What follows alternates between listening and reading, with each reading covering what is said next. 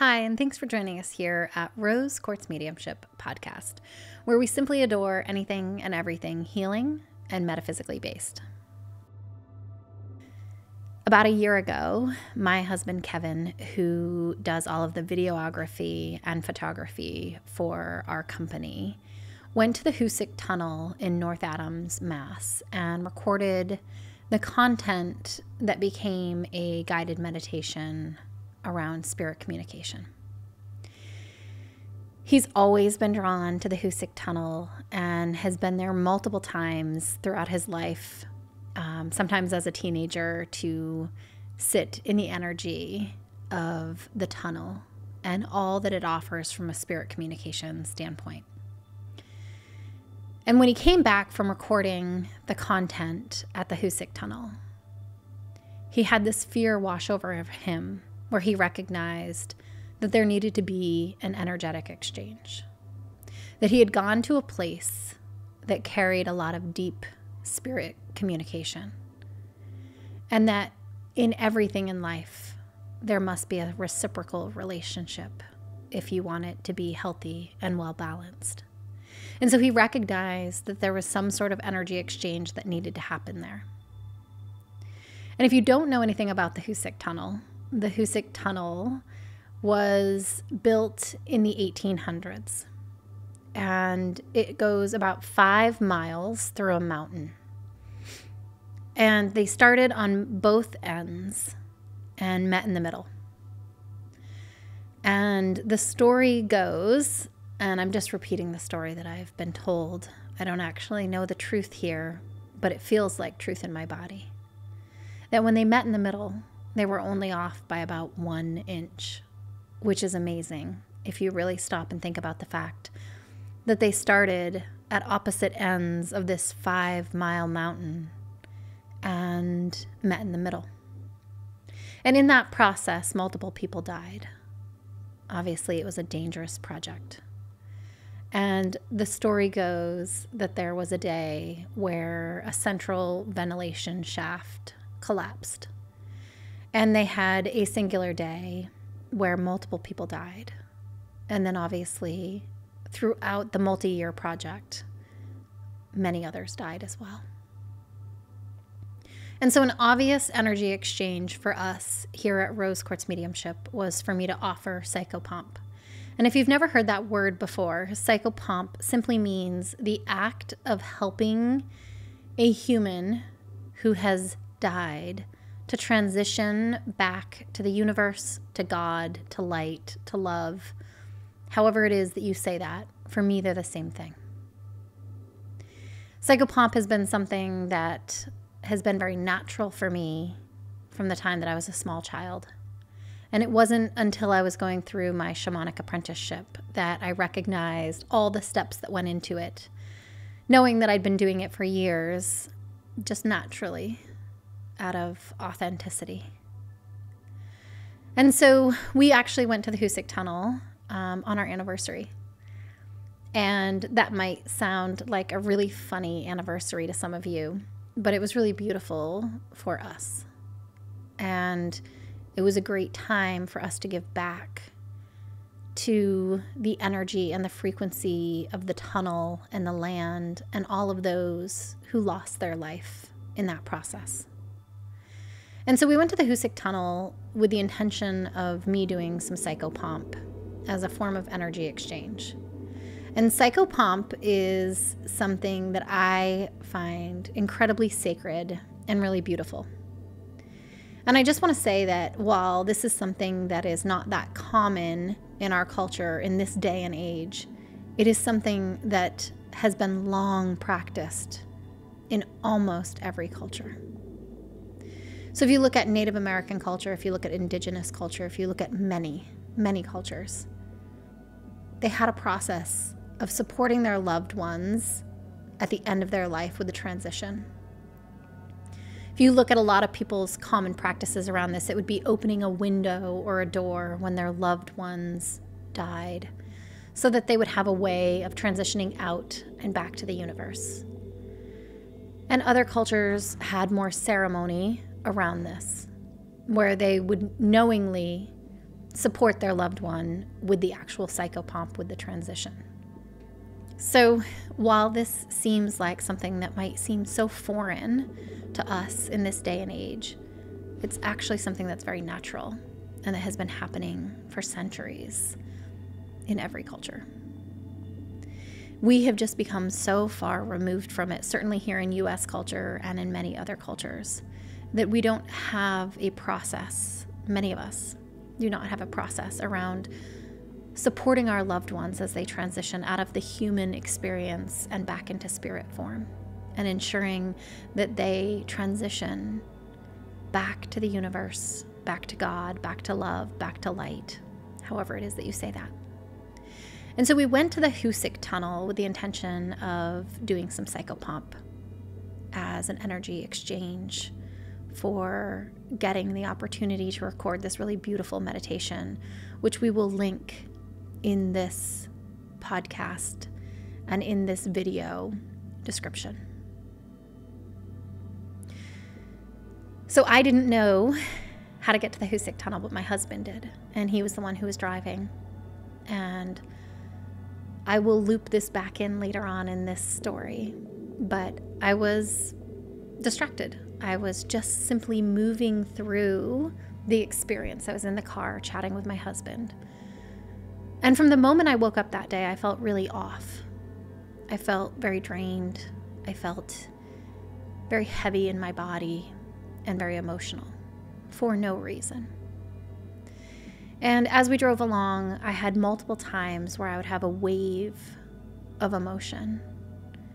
The deepest form of grief or the deepest form of sadness that I've experienced would move through my body.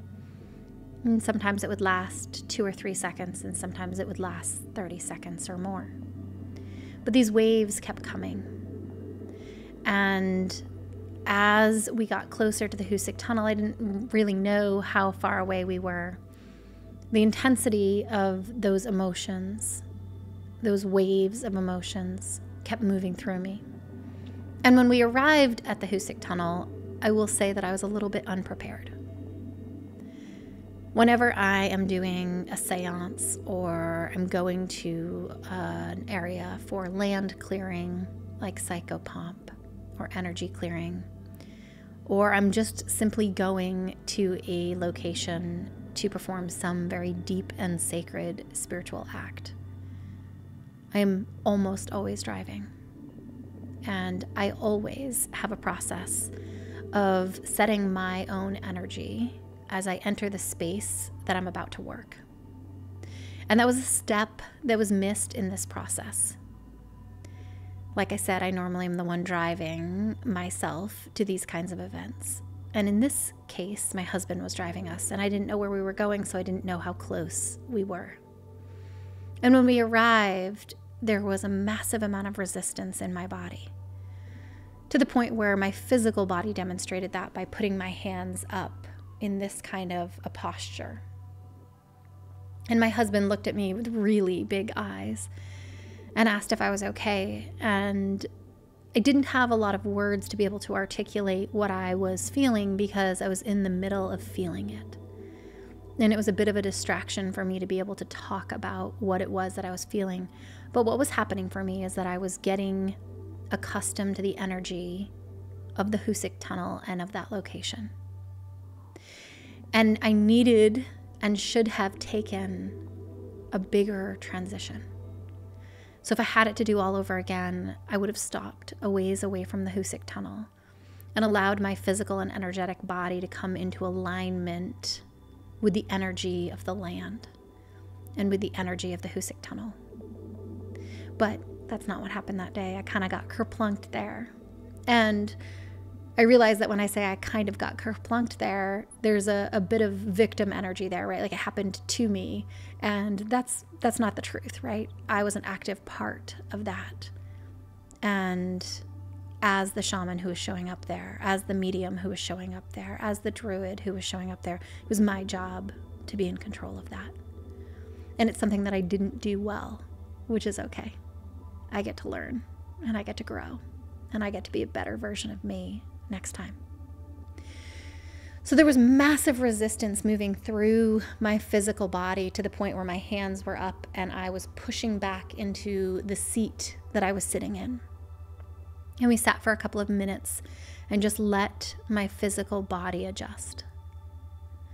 And there was still some agitation that was left in me. I was wearing a cotton dress and realizing that we were going to be walking into this tunnel, and you're not supposed to walk into it, so just to the edge, which is where we stopped walking. I wanted to change into yoga pants and a sweatshirt. And so we went through that process. I changed on the outside of the car, and really that whole changing process was everything to do with the agitation that I was feeling. You know, that I hadn't had the transition time, that my body hadn't adjusted, that my energy body hadn't adjusted, my physical body hadn't adjusted to the frequency of the land and the depth of the loss that had happened in that tunnel, that we are all still benefiting from today. It's still an active rail that trains move through on a daily basis, or mostly daily basis. So I got changed. We took our water bottles and we started walking towards the Hoosac Tunnel. And at that point in time, my physical body had started to relax and calm down a little bit. And I was able to use more words and talk to my husband, and the integration was still happening, but there was more ease in my physical body and in my energetic body. And we went into the tunnel just a little tiny ways. And as we were approaching the tunnel, I could visually see multiple spirits who were in the tunnel. It was very easy to see them. And I got very distracted by the fact that there was a female on the edge of the tunnel. And she would come in and out of my ability to visualize her. And the really interesting thing about spirit communication is that my job as a medium is to get out of my own way, meaning to get out of my head and just to be in the experience in a state of trust, holding the frequency of love. And I felt my mind come in and try and really understand why it was that there was a female in this tunnel, because I recognized that this was a very male-driven job. And as we kind of stood at the edge of the tunnel and looked in and felt in, my husband was very silent and just allowing me the space to acclimate and feel whatever it was that I was feeling. And as I stood there continued to be those waves of emotion of deep, deep sadness and grief.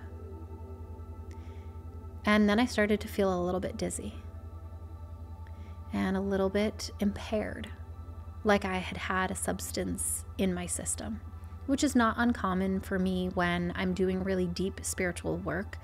And if I don't give myself enough transition into the process, I will often become ungrounded in a rapid way that creates that sensation of feeling impaired, even though there was nothing in my system.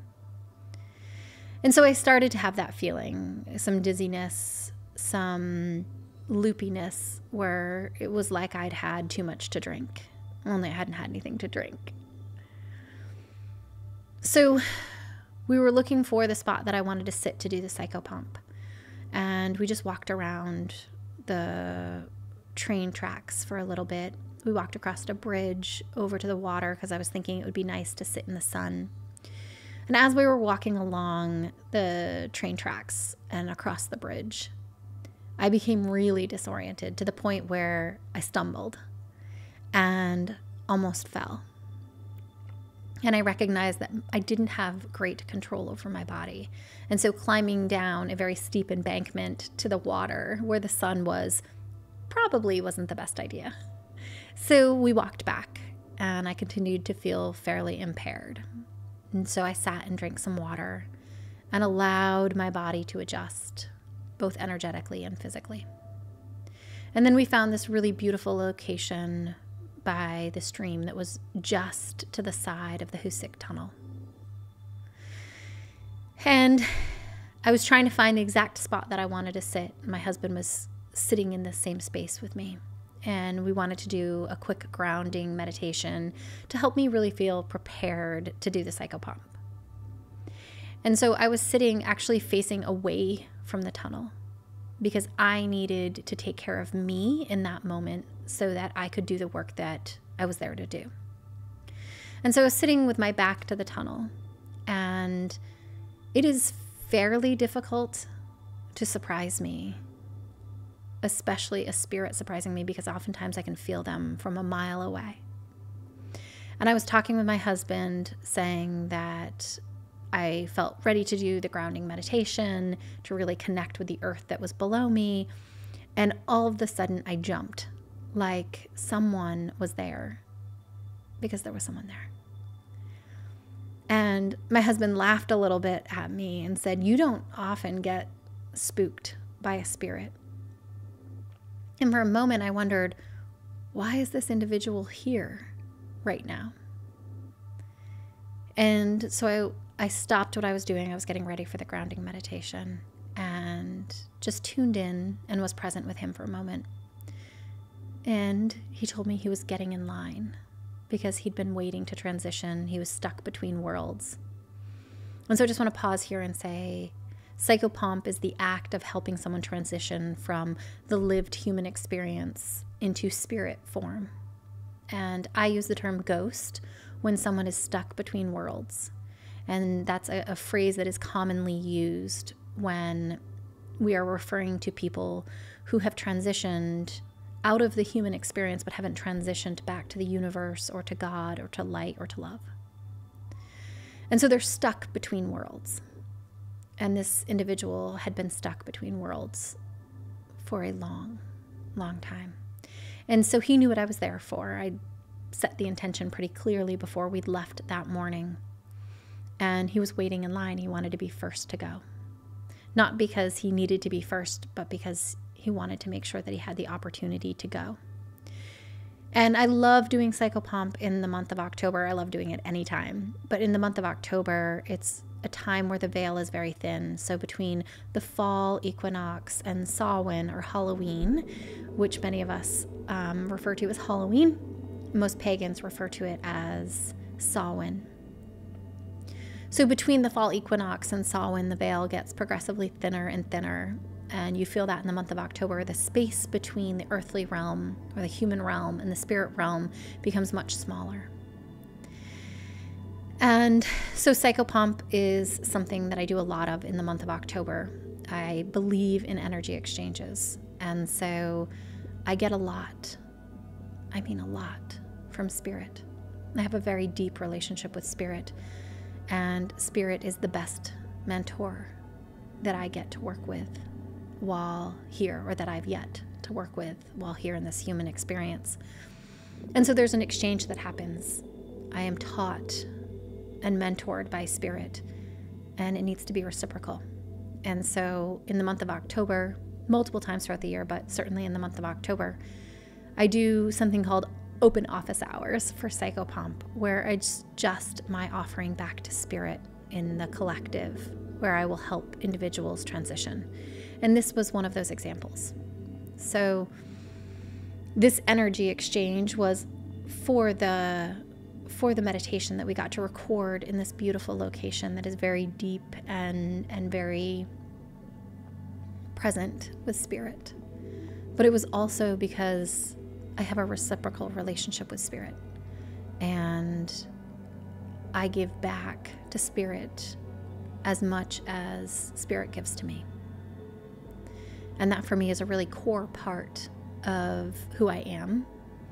And so it's really important to me that I'm giving back. And so this gentleman told me that he was waiting because he knew what I was there for. And so I just explained that I was going to do a grounding meditation, and he was very, very respectful and full of gratitude that I was there to help him with the transitioning process, as well as other individuals who were stuck between worlds.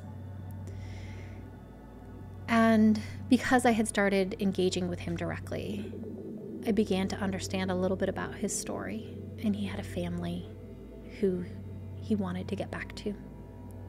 And because he was stuck between worlds, he hadn't had that opportunity.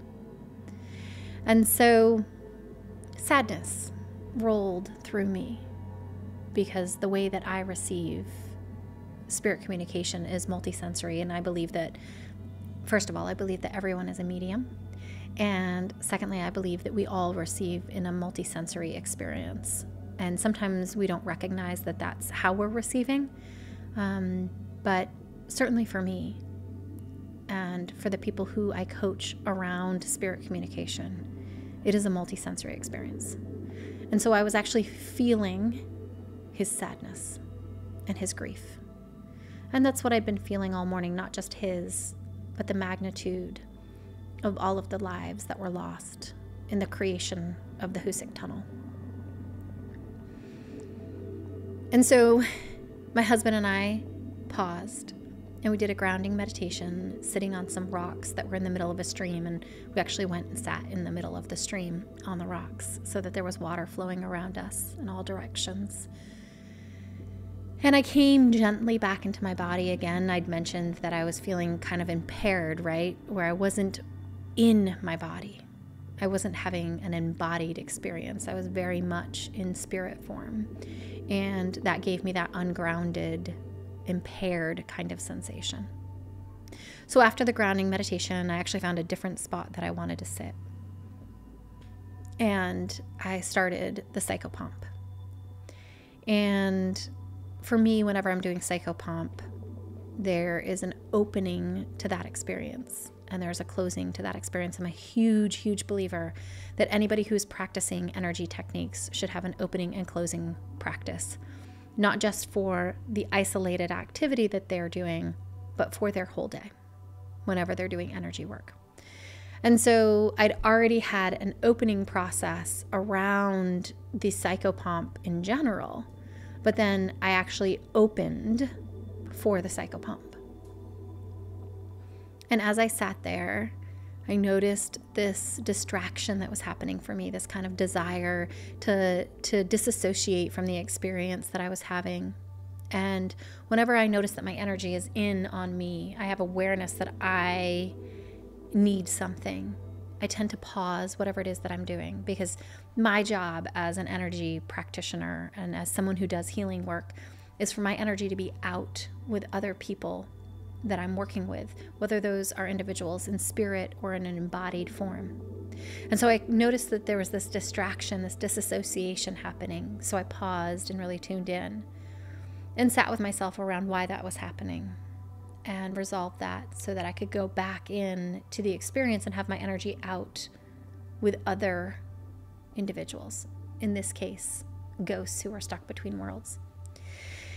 And so with psychopomp, whenever you are supporting somebody with transitioning to the other side, there is almost like this tube that the individual will get close enough to, and they are kind of sucked up, for lack of a better explanation, and transition to the universe. And they can oftentimes see and feel their loved ones who are coming to meet them and support them and help them with that transition on the other side in spirit form. So we started the process, and the really, really sweet gentleman who had surprised me was the first to go. And it was a really beautiful experience. With psychopomp, very frequently, I'm highly engaged with each individual who I am helping with the transitioning process. I learn a lot about their story. And occasionally I will be in a space where there are a lot of spirits, and it's more of kind of a group activity. And in those cases, I get less individual engagement. So it was really nice for me to have this really beautiful interaction with this individual who'd been stuck between worlds and really genuinely just wanted to get back to his family. So we started the process, and individuals started to transition to the other side. I could feel spirits coming from the other side of the tunnel from miles away. And it was a really slow and beautiful process. And the female, who I could feel at the very edge of the tunnel, was a little bit naughty. And I'm just going to say that. She was a little bit naughty. And she was an individual who might be considered a witch. And she explained to me that she died in the Salem witch trial. and that she was mad. And I get that. I get that. She gets to be mad. She gets to be frustrated. And so I kind of asked her, why are you here? And she said, because there's a lot of spirits here, and I get to scare people. So like I said, a little bit naughty. And in psychopomp, there are so many different practitioners who practice psychopomp, and there's no right or wrong way to do it. But for me, the right way is with compassion and empathy. And so whenever I'm doing psychopomp, it is like working with a living, embodied human where we have dialogue around why they're stuck between worlds. Sometimes they don't realize that they are dead. Sometimes they are waiting for someone else. Sometimes they're scared to transition because they're worried that they maybe have done some things in this human experience that they're not proud of, and they don't want to go to hell. Which I always kind of explain to them, my understanding is that there really is no hell like we might perceive or receive hell. And this individual was mad. And again, I try and take a very compassionate, loving, empathetic approach. Occasionally, I will have to use a little bit more force to help somebody transition. Meaning, I tell them that they don't really have a choice. That they can either do it on their own, or I'm going to help them go. And I didn't have to take that forceful of an approach with her. But she needed a little bit of loving nudges to go. And I get it. She gets to be mad. I understand that. And so I was sitting there doing the psychopomp, could feel all of these different individuals. Some of them said nothing to me. Others would reference how it was that they died. And there was this one younger gentleman who had also lost his father. And he didn't want to go without his father. And so we talked for a while, and he did ultimately transition. And there was a farmer who showed up, and he was really sweet. And he was there. He had some tools with him, and he said that he had died in a farming accident. And he was waiting. And I asked him why he was waiting. And he said, because you're here to help the people in the tunnel. And I said, no, I'm here to help people. And there just happened to be quite a few in this tunnel. And he was graciously waiting his turn because he knew that he wanted help transitioning. But he also knew that I had the intention of helping the people who had died in the tunnel. And I told him he did not have to wait and that he could go when he was ready. And so he transitioned. And as the experience was happening, it was going so smoothly. I was really happy with how it was going. And all of a sudden it stopped. Everything stopped. And everything became really, really silent. And a Native American chief showed up. And he asked me what I was doing. And I explained to him what I was doing, what my intention was, and why I was there. And in a very naive way, I asked him if he had any individuals who needed support transitioning. And in a very stoic way, he said, no, I do that. And in that moment, I realized how naive and ridiculous I was being. Of course he did that. Of course he didn't have individuals who needed support transitioning because he took care of them. Their tradition took care of them. And in a moment, he explained to me that I'd missed a really, really important step. That I had not asked permission to the native individuals of the land that the Hoosac Tunnel was on for permission to be there doing that work. And he was so right. I had missed that step. When I go to somebody's house to do house clearing or land clearing, or I'm going to do sacred work in our temple or in various different areas that I might work, there is a permission that is asked. And I had absolutely missed that step. And so I apologized, and he told me that next time I needed to do better, which was true. This area, the Mohawk Trail is right through there, and it is a beautiful, beautiful area that obviously had gorgeous native roots. And the individuals who were on that land, who had their lives disrupted, were something I should not have overlooked. I should have been able to recognize that I needed to ask permission to the natives of the land. And so it was a really beautiful teaching moment for me, because I'd been so hyper-focused on the individuals in the Hoosac Tunnel that I hadn't stopped to appreciate that I needed to ask permission to be there on the land doing that work from the native individuals who originally inhabited the land. And he sat with me and taught me multiple other things. And none of them were gentle lessons. And all of them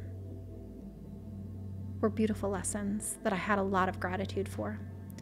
He pointed out areas in my life that I needed to grow and heal. And when I say that I have a beautiful reciprocal relationship with Spirit, this is what I'm talking about. This chief didn't have to take his time and energy to teach me. It was a gift. A gift. And I recognize that. And I'm super grateful for it. And he showed me some hard truths about myself that I've not been able to see like that ever before. And I hold so much gratitude and love for this chief who was willing to show up and use his energy to teach me.